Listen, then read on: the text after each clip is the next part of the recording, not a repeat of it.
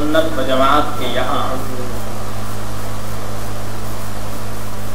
جب مسلمان مردے کو دفن کر دیا جاتا ہے، قبر برابر کر دی جاتی ہے، تو ہمارے یہاں دستور ہے کہ قبر پر اذان دیتے ہیں۔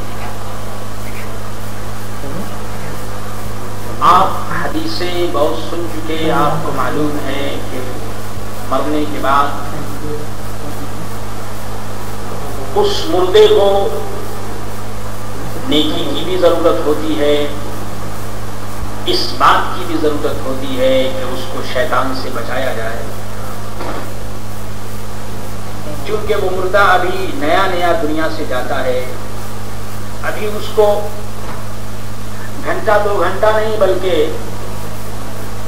دفن کے بعد مشکل سے 15-20 منٹ بھی ابھی نہیں گزرنے پاتے کہ اس کے سامنے منکر نکیر آ جاتے ہیں۔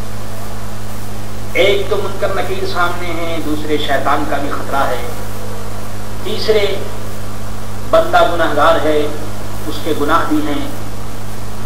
ان تمام پریشانیوں میں اس بات کی ضرورت ہے کہ کوئی خدا کا بندہ اس کو صحیح راستہ دکھائے، اس کے کان میں کوئی ایسی آواز پہنچے جس سے کہ اس کو اپنا بھولا ہوا سبق یاد آ جائے۔ بس یہی وجہ ہے کہ ہمارے یہاں یہ طریقہ ہے کہ قبر پر اذان دی جاتی ہے۔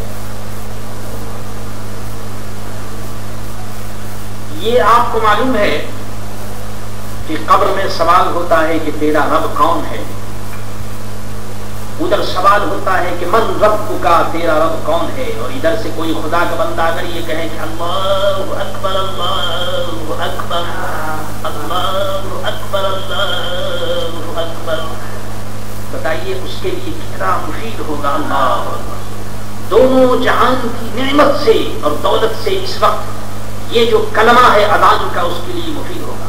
اللہ، کیونکہ شیطان اس وقت قبر میں کہتا ہے کہ میں تیرا رب ہوں، وہ اپنی طرف اشارہ کر کے کہتا ہے کہ میں تیرا رب ہوں۔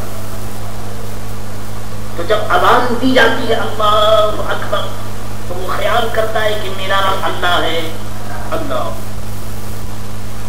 اور حدیث میں یہ موجود ہے کہ جب شیطان کا تم کو ڈاؤٹ ہو، خطرہ ہو، تو تم اذان کرو، کیونکہ شیطان اذان دینے سے بھاگ جاتا ہے۔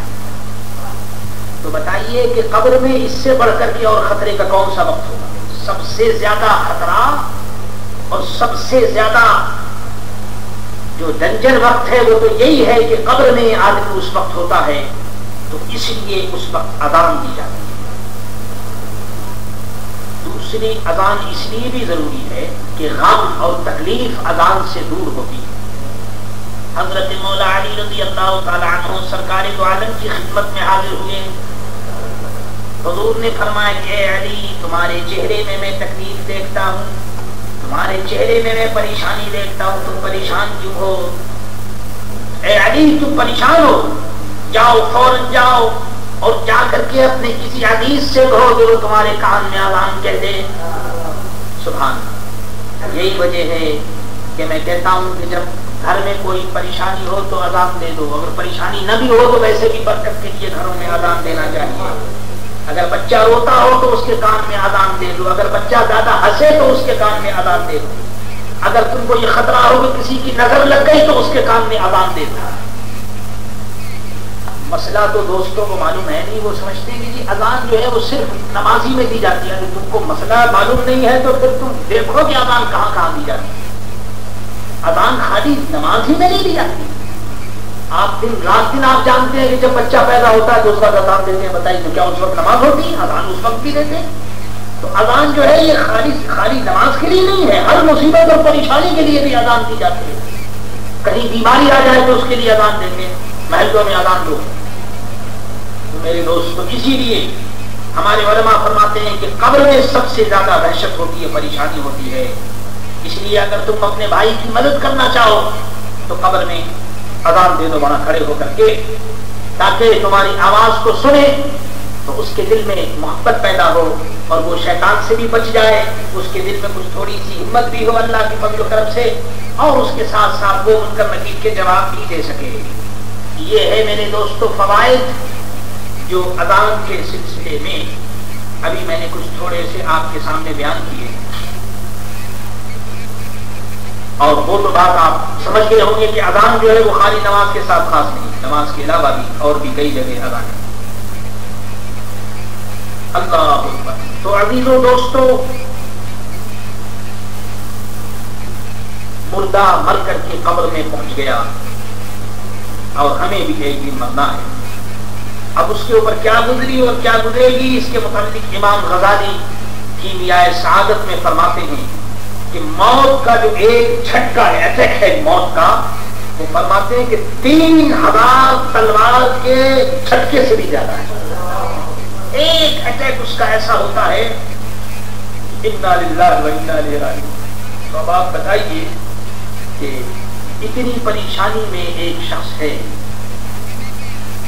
اور پھر منکر نکیر سوال و جواب کے لیے موجود، شیطان بھی وہاں پر موجود، تو ایسی صورت میں مدد کی ضرورت ہے۔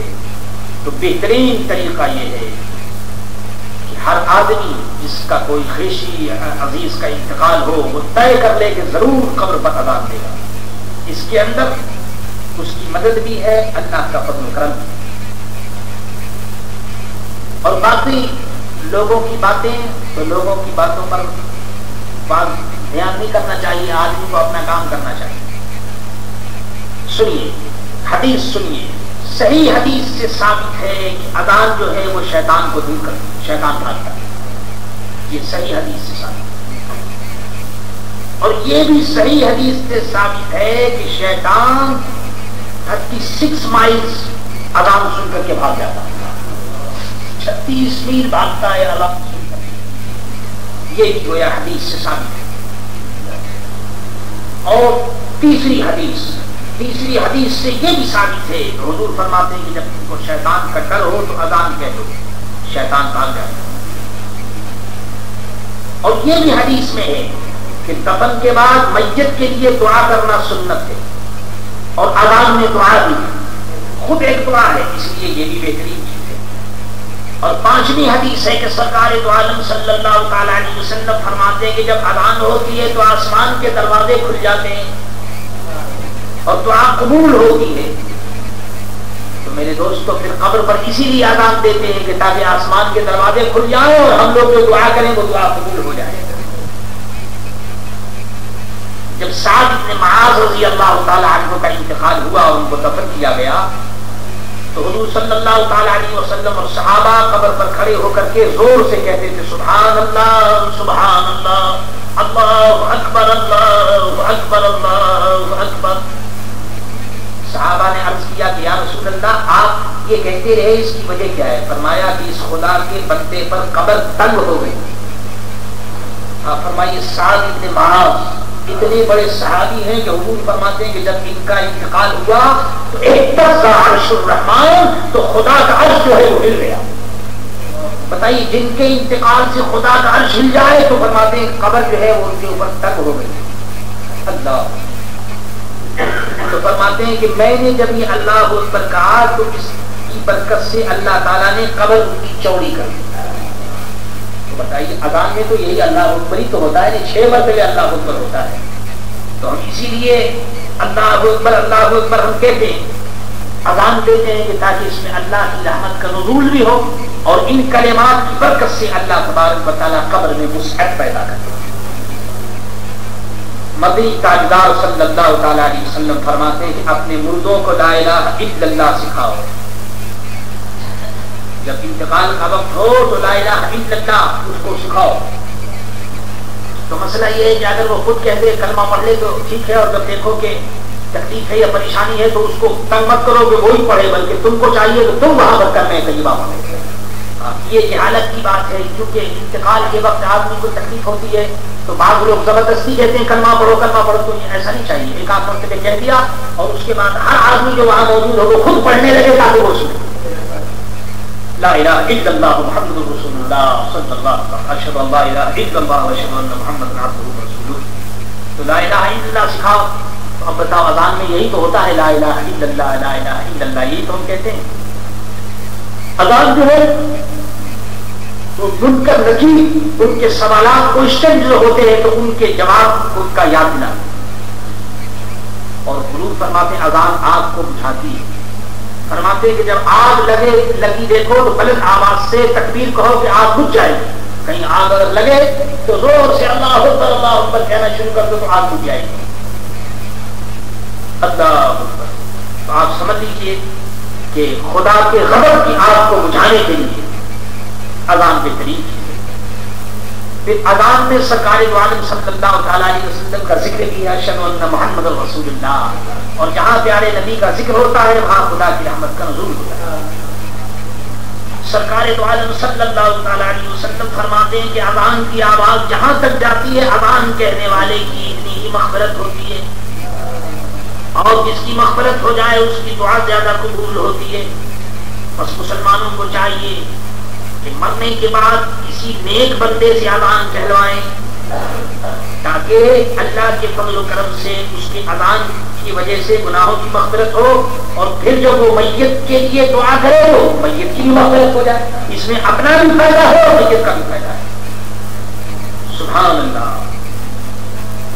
یاد رکھو اذان کے متعلق سرکار دو عالم صلی اللہ علیہ وسلم نے فرمایا کہ جہاں کہیں یہ کہی جاتی ہے اس جگہ سے اللہ تعالیٰ اس دن عذاب سے اس جگہ کو محفوظ فرماتا ہے. اس دن خدا کا عذاب نہیں آتا جہاں اذان ہوتی ہے. ایک قبرستان میں ایک دن اگر اذان ہو جائے تو صرف اسی مردے کو نہیں بلکہ پورے قبرستان کے ہر مردے کو سبب پہنچتا ہے. اور سب کے لیے کتنی عجیب و غریب بات ہے. اسی لیے قبر میں بھی جو اذان دی جائے وہ زور سے یہ نہیں دے. بعض لوگ قبر میں اذان بہت آہستہ دینے کی ضرورت نہیں ہے. زور سے اذان تو جیسے اذان دیتے ہیں کوئی چھپی ہوئی چیز تو ہے نہیں.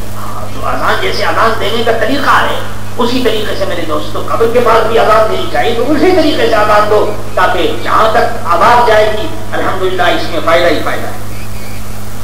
اللہ اذان عذاب قبر سے نجات بخشتی ہے. جب اذان دی جاتی ہے تو اللہ تبارک و تعالیٰ کے فضل و کرم سے اللہ تعالیٰ عذاب سے نجات دیتا ہے. سرکار دو عالم صلی اللہ تعالیٰ علیہ وسلم فرماتے ہیں کہ ہر پتھر اور مٹی کے پاس درخت کے پاس اللہ کا ذکر کرو. تو جب اذان خود اللہ کا ذکر ہے تو ظاہر ہے کہ جب وہاں ہم ذکر کریں گے تو وہاں کی جو مٹی ہے وہاں کا جو پتھر ہے وہاں کا جو پتا ہے وہ بھی ہمارے ایمان کی گواہی دے گا، اور اللہ کے فضل و کرم سے اس مردے کی بھی گواہی دے گا کہ الہ العالمین یہ تیرا نیک بندہ ہے. میرے عزیز دوستو یہ چند فوائد ہیں جو اذان کے میں نے بیان کیے.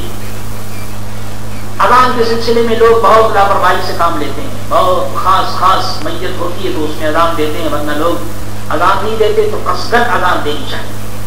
باقی یہ بات کہ اگر کوئی کہے کہ جی حضور صلی اللہ تعالیٰ علیہ وسلم کے زمانے میں تو ایسا نہیں تھا تو آپ ایسا کیوں کہتے ہیں، تو میرے دوست کو اس قسم کی بات نہیں کرے گا مگر وہ کہ جو جاہل ہو، جو دین کو سمجھتا ہے. حضور صلی اللہ علیہ وسلم کے زمانے میں نہیں تھا اور اب کیوں ہے، تو اس سے کوئی پوچھے کہ کیا حضور صلی اللہ تعالیٰ علیہ وسلم نے قبر پر اذان دینے سے منع فرمایا؟ ظاہر ہے کہ حضور صلی اللہ علیہ وسلم نے منع نہیں فرمایا. اور دوسری بات یہ کہ سرکار دو عالم صلی اللہ تعالیٰ علیہ وسلم کے زمانے میں ایک نہیں دو نہیں ہزاروں چیزیں حضور صلی اللہ علیہ وسلم کے زمانے میں نہیں تھیں، لیکن آج دنیا کے اندر موجود ہیں. دیکھنا یہ ہے کہ اس کے کرنے سے فائدہ کتنا ہے. تو ہم دیکھتے ہیں کہ اس کے قطرے سے کرنے والے کو بھی فائدہ اور مردے کے لیے بھی فائدہ. تو جس کام میں فائدہ ہی فائدہ ہو اور جب شریعت نے بھی منع نہ کیا ہو تو میرے عزیز دوستو وہ کام مسنون ہے، وہ کام اچھا ہے، اس کام کے کرنے میں کوئی حد نہیں. اور باقی اس قسم کی بات کر دینے کی بھی حضور صلی اللہ علیہ وسلم کے زمانے میں نہیں تھا. جو آدمی آپ سے ایسی بات کرے تو اس کے سر سے لے کے پاؤں تک آپ دیکھیے اور اس سے پوچھیے کہ بتا یہ جو سر سے پاؤں تک تیرے جو چیز نظر آتی ہے یہ کیا حضور کے زمانے میں تھا؟ ظاہر ہے کہ سرکاری دوارے صلی اللہ علیہ وسلم کے زمانے میں یہ سب چیزیں نہیں تھی. اب دیکھیے ہماری مسجد میں جتنی چیزیں حضور صلی اللہ علیہ وسلم کے زمانے میں کچھ بھی نہیں تھی. نہ لاؤڈ اسپیکر تھا، نہ یہ ایسا تھا، نہ یہ پنکھے تھے، نہ یہ قالین، نہ یہ کچھ بھی نہیں تھا. اب اگر کوئی بے وقوف کہے کہ یہ سب بدعت ہے لہٰذا اس کو ختم کر دیا جائے تو وہ جاہل ہے، کچھ نہیں سمجھتا.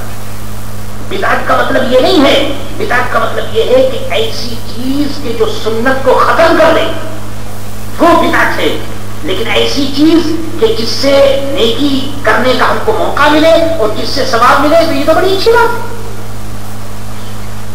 یاد رکھو سرکار دو عالم صلی اللہ علیہ وسلم کے زمانے میں یہ جو ہم قرآن عظیم پڑھتے ہیں تو یہ قرآن عظیم ایسا چھپا ہوا نہیں تھا، قرآن عظیم کے اوپر زیر و زبر پیش یہ سب کچھ بھی نہیں تھا حضور صلی اللہ علیہ وسلم کے زمانے میں، نہ رکوع تھا، نہ زیر تھا، نہ زبر تھا، نہ پیش تھا، کچھ بھی نہیں۔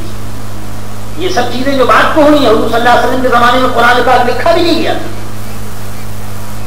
تو میرے عزیز دوستو، ہمارے جو بھولے بھالے مسلمان ہیں جب یہ بات سنتے ہیں تو گھبرا جاتے ہیں کہ حضور کے زمانے میں کیا، حضور صلی اللہ علیہ وسلم کے زمانے میں نہیں تھا، ٹھیک ہے، لیکن یہ ہے کہ یہ سب چیزیں حدیثوں سے ثابت ہے، بزرگان دین سے ثابت ہے، ان کے فوائد بے شمار اللہ کے نیک بندوں نے بیان کیے، اس لیے ہم اس کو کرتے ہیں اور اس کے کرنے سے فائدہ ہے۔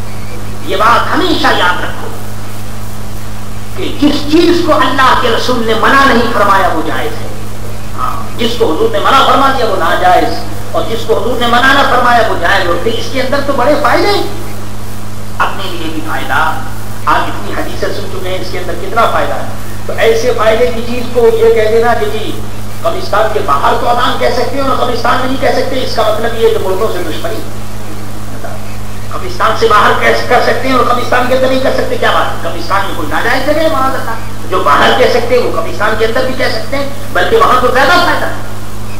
میرے عزیز دوستو، خوب یاد رکھو کہ ان چیزوں سے بے شمار فوائد ہیں، اور یہی وجہ، اور یاد رکھو کہ ڈوبتے کو تنکے کا سہارا کافی ہوتا ہے، مردہ اس وقت پریشانیوں میں ہوتا ہے، اس لیے اذان کی برکت سے اللہ تبارک و تعالیٰ فضل فرماتا ہے اور کچھ کو بھولا ہوا سبق یاد آ جاتا ہے۔ جب فرشتہ کہتا ہے من ربک کا، تو قدرت کہنے والا کہتا ہے اللہ اکبر، تو وہ یہ کہتا ہے ربی اللہ جی۔ جب وہ کہتا ہے ما دینوں کا، ما دینوں کا، تو میرے عزیز دوستو پھر جب وہ اذان دینے والا کہتا ہے اشہد ان لا الہ الا اللہ، اشہد ان لا الہ الا اللہ، تو اس کو یاد آ جاتا ہے کہ دینیت اسلام، اور پھر حی علی الصلاۃ حی علی الفلاح، ان باتوں سے اس کو اسلام یاد آ جاتا ہے۔ اور پھر جب وہ کہتا ہے کہ ما کنت تقول بحق ھذا الرجل، یہ جو ہے اللہ کے رسول حضرت محمد مصطفیٰ صلی اللہ علیہ وسلم، ان کے متعلق کیا کہتے ہو؟ تو اذان میں کوئی کہتا ہے کہ اشہد ان محمد رسول اللہ، تو اس کو یاد آ جاتا ہے اور وہ کہتا ہے اشہد انک محمد رسول اللہ۔ تو میرے عزیز دوستو، یہ بے شمار فوائد ہیں، تو ان چیزوں پر دھیان دیا کرو۔ یہ بھی اچھا، ہمارے یہاں آپ نے دیکھا ہوگا کہ جب ہم نماز جنازہ پڑھاتے ہیں تو اس کے بعد دعا کی جاتی ہے، بدقسمتی سے بعض لوگ اس پر بھی اعتراض کرتے ہیں کہ صاحب یہ دعا کیوں کرتے ہیں، بتائیے دعا کرنے میں بھی اعتراض ہوتا ہے۔ دنیا کا کون سا ایسا کام ہے کہ جس کے اندر لوگ اعتراض نہ کرتے؟ ہم خدا سے مانگتے ہیں، وہ کہتے ہیں تم خدا سے کیوں مانگتے ہو؟ دعا کا مطلب کیا ہے؟ خدا سے مانگنا۔ تو بتائیے خدا سے مانگنا بھی کوئی ناجائز کام ہے؟ بتائیے مانگ۔ اب یہ بات کہ اذان کہ نماز جنازہ کے بعد کیوں مانگتے ہیں؟ تو بھائی مانگنے کا یہی تو وقت ہے، وہ بیچارہ میت سامنے ہے تو اور کس وقت مانگے؟ یہی تو وقت ہے اس کے مانگنے کا۔ ہم مانگتے ہیں کہ الہ العالمین تو اس کی مغفرت فرما دے۔ اچھا، پھر بعض لوگ یہ کہتے ہیں کہ جی جب نماز جنازہ آپ پڑھتے ہیں تو اس میں بھی تو اللہ سے دعا کرتے ہیں، تو ایک مرتبہ آپ نے دعا کر دی اور سب کچھ ہو گیا تو پھر اب دوبارہ کیوں آپ کہتے ہیں؟ تو کوئی ان خدا کے بندوں سے پوچھو کہ کیا دوبارہ خدا سے مانگنا یہ کوئی ناجائز ہے؟ ارے بھائی خدا سے ہی تو مانگ رہے ہیں۔ اگر ایک مرتبہ نماز جنازہ میں ہم نے دعا مانگ لی تو پھر دوسری مرتبہ ہم دعا مانگتے ہیں تاکہ جنازے میں اور جو نماز جنازہ میں نہیں شریک ہیں وہ بھی شریک ہو جائیں، اور اس کے ساتھ نماز جنازہ میں قل هو اللہ شریف، قل هو اللہ احد اور الحمدللہ وغیرہ ہم نہیں پڑھ سکتے، لیکن یہ الفاتحہ کے بعد الحمد اور قل هو اللہ وغیرہ ہم پڑھ لیتے ہیں، تو اس سے گویا میت کو ثواب زیادہ سے زیادہ پہنچتا ہے۔ لیکن میرے دوستو، جب آدمی کا دماغ خراب ہوتا ہے اور جب بے ایمان ہوتا ہے تو پھر وہ بیٹھی بیٹھی باتیں کرتا ہے کہ خواہ مخواہ نقصان پہنچانا ہے۔ ارے بھائی مردے کو ثواب پہنچاؤ، زیادہ سے زیادہ اس کو ثواب پہنچانا چاہیے۔ ایسا کام کرو کہ جس سے زیادہ ثواب مردے کو پہنچے، اور زیادہ ثواب اسی میں ہے کہ اس کے لیے دعائیں مغفرت کرو، دعائیں خیر کرو۔ میرے عزیز دوستو، یہی تو مسئلہ ہے کہ جس کی وجہ سے 5 سال ہو گئے شہر میں پہلے نماز جنازہ ہوتی تھی اور اب نماز جنازہ کے لیے وہ جگہ بنائی گئی ہے۔ یہی تو وجہ ہے کہ کہ صحن جو ہے وہ مسجد ہے اور مسجد کے اندر نماز جنازہ مکروہ تحریمی ہے. ہم نے دیکھا کہ اس میں مردے کا فائدہ نہیں ہے, اس لیے ہم نے کہا وہاں نماز پڑھا دو جس میں مردے کا زیادہ فائدہ ہو. اپنے کو تو نماز پڑھنی ہے, جہاں پڑھ لو وہاں پڑھ لو, جگہ پر کوئی میرے دوست تو اس کے اندر کوئی ثواب نہیں ہے مردے کو. آپ یہاں اگر نماز جنازہ رکھ لیں گے تو مردے کو کوئی ثواب نہیں. وہاں رکھ دیجیے, سڑک پر رکھ دیجیے, جنگل میں رکھ دیجیے, گارڈن میں رکھ دیجیے, کہیں اور رکھ دیجیے, مردے کو ثواب جو ہے وہ نماز جنازہ پڑھنے کا ثواب ہے. تو اس لیے میرے عزیز دوستو ہم کو یہ دیکھنا ہے کہ مردے کو ثواب کس کام میں زیادہ ملتا ہے. بس کیوں کہ ایک دن ہمیں بھی مرنا ہے اور اس دنیا سے جانا ہے. یاد رکھیے اس دنیا سے جانا ہے اور اس حقیقت کو خوب یاد رکھیے کہ سرکار دو عالم صلی اللہ تعالیٰ علیہ وسلم کی صحیح حدیث ہے کہ لا صلاۃ الجنازہ فی المسجد, مسجد میں نماز جنازہ نہیں. حضور صلی اللہ تعالیٰ علیہ وسلم کی صحیح حدیث ہے کہ مسجد میں اگر نماز جنازہ پڑھائی جائے تو اس کو کوئی اجر نہیں ملتا. میرے عزیز دوستو ان حدیثوں کو سمجھ کر کے اور پڑھنے کے بعد ایک خادم دین جو دنیا دار نہیں ہوگا دیندار ہوگا, اس کا یہ فرض ہے, اس کی یہ ڈیوٹی ہے کہ وہ کام کرے جس میں مردوں کو زیادہ ثواب ملے. اگر زندہ ناراض ہو جائے تو اس میں کوئی غم نہیں. زندوں کی ناراضگی اب کیا لینا ہے, وہ جو مردہ ہے بیچارہ, وہ جو دنیا سے جا رہا ہے, اس کو زیادہ ثواب پہنچانا چاہیے. الحمدللہ رب العالمین. میرا مقصد اس بات کو بیان کرنا نہیں تھا, میرا مقصد تو یہ اذان کو میں بیان کر رہا تھا کیونکہ میرا ذوق اس قسم کا نہیں ہے اور اس مسئلے کو میں نے آج تک کبھی بیان نہیں کیا. آج یہ ضمناً تھوڑا سا بیان ہو گیا ورنہ اس سے پہلے کبھی میں نے بیان نہیں کیا. میرا مقصد تو یہ ہے کہ شریعت کے ان کاموں پر جس کے اوپر شریعت کی کوئی تاکید موجود ہے, ہماری ذمہ داری اور ہماری ڈیوٹی ہے کہ ان کاموں کو ہم انجام دیں اور آخرت جگہ کا کوئی ثواب نہیں ہے. یہ تو میرے عزیز دوستو موریشس ہے. آپ ہندوستان پاکستان میں آپ دیکھیں گے سڑک پر نماز جنازہ ہوتی ہے, گارڈن میں نماز جنازہ ہوتی ہے, جہاں بھی موقع ملا جہاں بھی لوگ آ گئے کھڑے ہو گئے نماز جنازہ میں تو اصل میں ثواب ہے نماز جنازہ پڑھنے کا. لیکن اس کو کیا کہیے کہ اب وقت آ گیا ہے کہ باپ کی نماز جنازہ ہوتی ہے اور بیٹا نماز جنازہ بغیر پڑھے کھڑا ہوتا ہے. باپ کی نماز جنازہ ہے اور بیٹا نماز جنازہ نہیں پڑھتا. لوگ رومال باندھ کر کے آ کر کے کھڑے ہو جاتے ہیں. کس لیے؟ لوگوں کو دکھانے کے لیے. ارے تم کو اگر مسجد سے دلچسپی ہے تو تم نماز جنازہ پڑھو کر کے رکھو, خالی آن کر کے کھڑے ہونے سے کیا فائدہ ہے. لیکن میرے عزیز دوستو سچ بات اور حق بات لوگوں کو کڑوی معلوم ہوتی ہے. اگر صحیح بات کی جائے تو لوگ کہتے ہیں جی یہ تو ضدی آدمی, یہ تو غلط بات کہتا ہے. میرے عزیز دوستو میں غلط بات نہیں کہتا. مجھے مردوں سے دلچسپی ہے, مجھے مردوں سے محبت ہے اور دوستی ہے الحمدللہ رب العالمین. اور آپ جانتے ہیں کہ ہماری جب صبح ہوتی ہے تو قبرستان سے صبح ہوتی ہے الحمدللہ. تو اس لیے ان باتوں کے اوپر ہمیں دیکھنا چاہیے کہ مردے کو ثواب اور فائدہ کس میں ملتا ہے بس. باقی میرے عزیز دوستو ہم کو بھی ایک دنیا سے جانا ہے اور مرنا ہے, اسی لیے ہمیں ڈرنا چاہیے کہ کہیں ایسا نہ ہو کہ اس کی وجہ سے کہیں ہمارے ثواب میں کوئی کمی نہ آ جائے. اللہ تبارک و تعالیٰ سب سے پہلے مجھے اور اس کے بعد تمام دوستوں کو اس پہ عمل کی توفیق عطا فرمائے. بسم اللہ الرحمن الرحیم.